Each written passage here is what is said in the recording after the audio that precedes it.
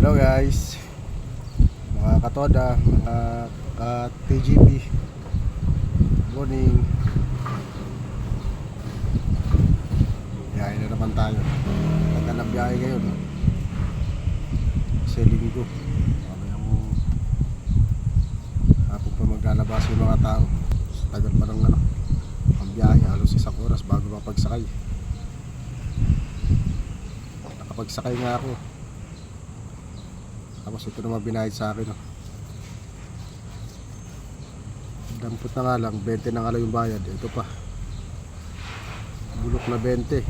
Malabo yung 20 niya, yung mukha ng tao, malabo. Tapos may scotch tape pa.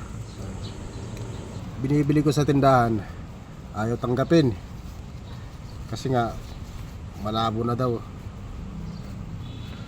Tapos lumang luma na raw, tapos may scotch tape pa raw. Grabe naman yun.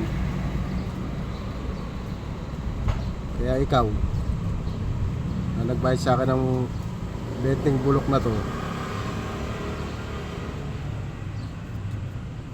huwag mo nang ulitin sa iba. Kahit malit lang na halaga to, baka mamaya makarma ka, mas malaki ang mawala sa'yo. Naintindihan mo ba? Huwag mo na ulitin, grabe ba?